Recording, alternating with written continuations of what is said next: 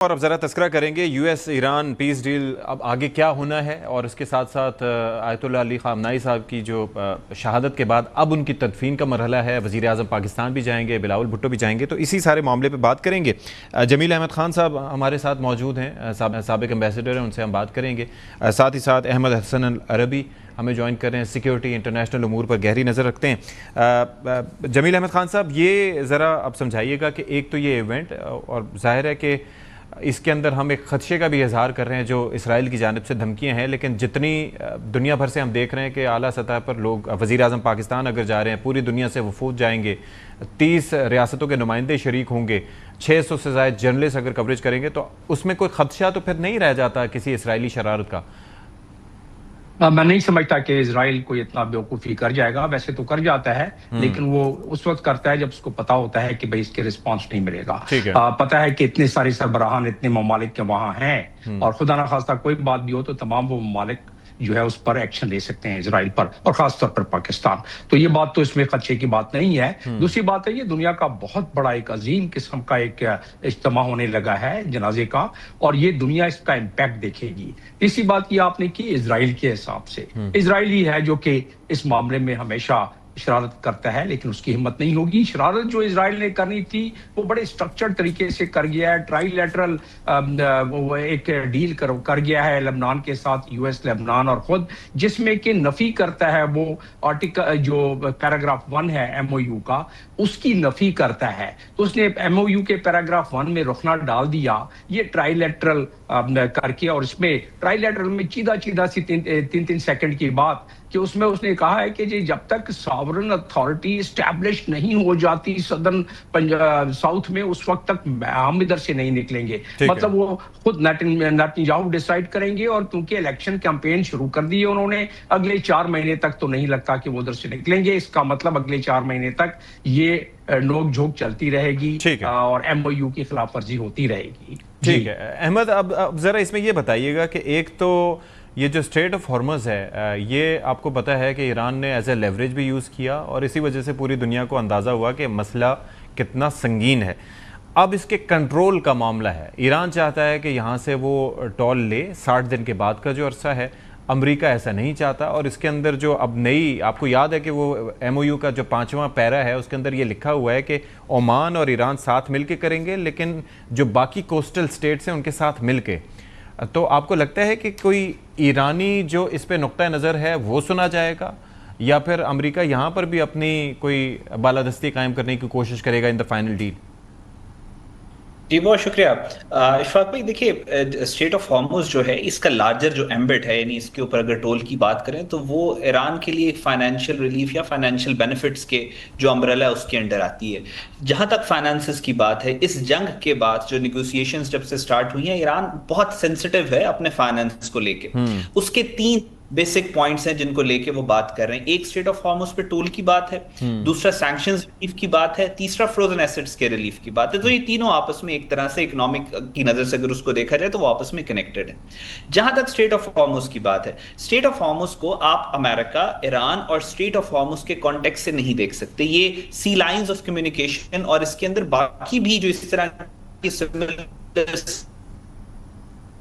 हैं, उन सारों के यहाँ पे जो भी चीज, जो भी प्रिंस या जो भी कानून इंप्लीमेंट हो गया, जो भी फ्रेमवर्क इंप्लीमेंट होगा, चांसेस हैं कि वो बाकी स्टेट्स और बाकी मुमालिक भी उसको इंप्लीमेंट कर सकते। तो आइसोलेशन में तो आप इसको देख नहीं सकते।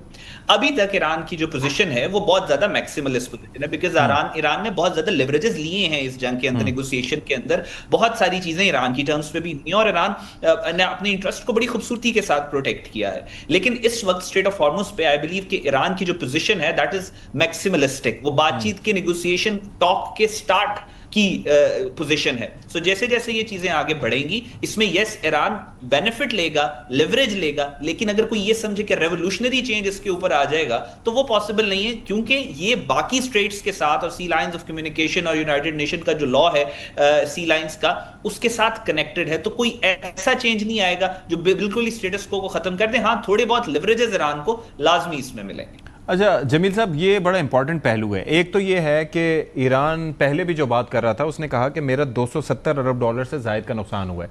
अब अमेरिका ये चाहता है कि इस सारे मामले को उस स्टेज पे ले जाया जाए जो कि जंग से पहले का था, यानी कि 27 फरवरी से पहले का था, लेकिन उस वक्त ईरान का जो हालत ज़ार थी वो भी मुख्तलिफ थी, उनके ऊपर उतने हमले भी नहीं हुए थे, उनकी पूरी क़यादत को शहीद नहीं कर दिया गया था, और भी जो आपको पता है कि जो हालात वहाँ पर रहे। तो अब अगर जो जंग ईरान ने मैदान जंग में नहीं हारी, तो वो आपको लगता है कि वो टेबल पे हारेगा?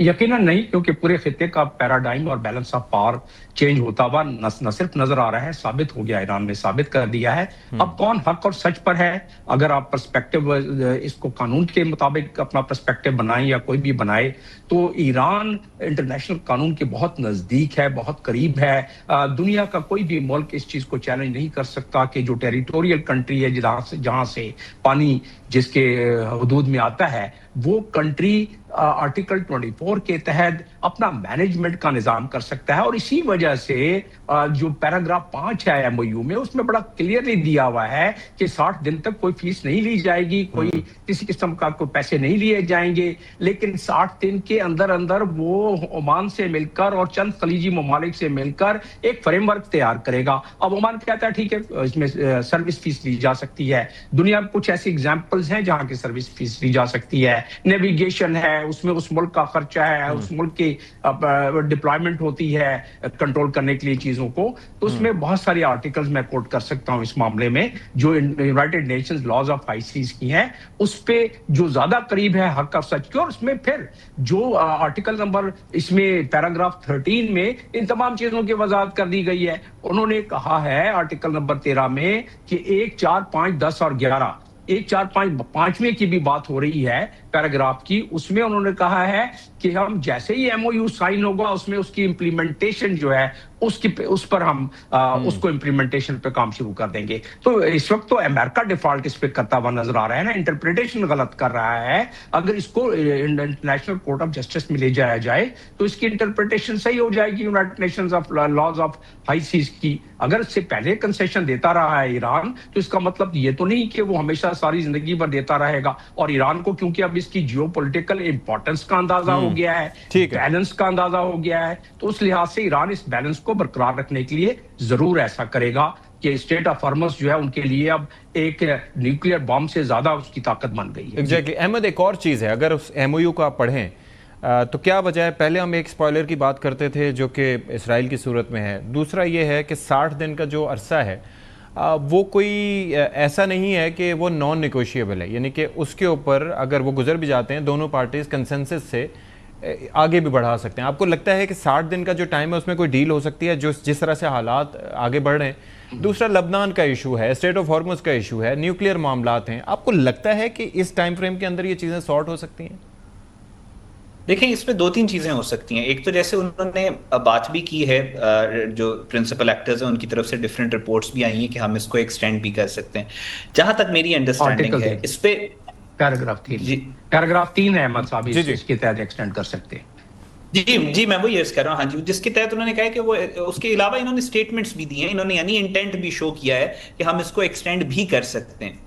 उससे ये बात सामने आती है कि दोनों सीरियस हैं इस नेगोशिएशन या इस फ्रेमवर्क को पाया तकमील तक पहुंचाने के लिए। 60 डेज की जो लिमिट है, वो लिमिट प्रिंसिपल एक्टर्स ने अपने ऊपर इंपोज नहीं की, वो उन्होंने दुनिया को एक मैसेज दिया कि हम सीरियस हैं और हम ये करना चाह रहे हैं। सो आई थिंक ये जो फ्रेमवर्क है, ये मैं पहले दिन से, जब से नेगोशिएशन और पीस की बात हो रही है, मैं कह रहा हूं जब आप सस्टेनेबल पीस की बात करते हैं तो री-इमेजिनिंग की बात करते हैं पूरे मिडिल ईस्ट के सिक्योरिटी अपरेटस की। आपने जैसा खुद का लेबनान का मामला है, न्यूक्लियर का मामला है, स्टेट ऑफ हॉर्मुज का मामला है, मल्टीपल और अदर इश्यूज हैं। सो इस पे आई थिंक अगर लंबा भी हो जाए तो उसमें कोई परेशानी वाली बात नहीं है।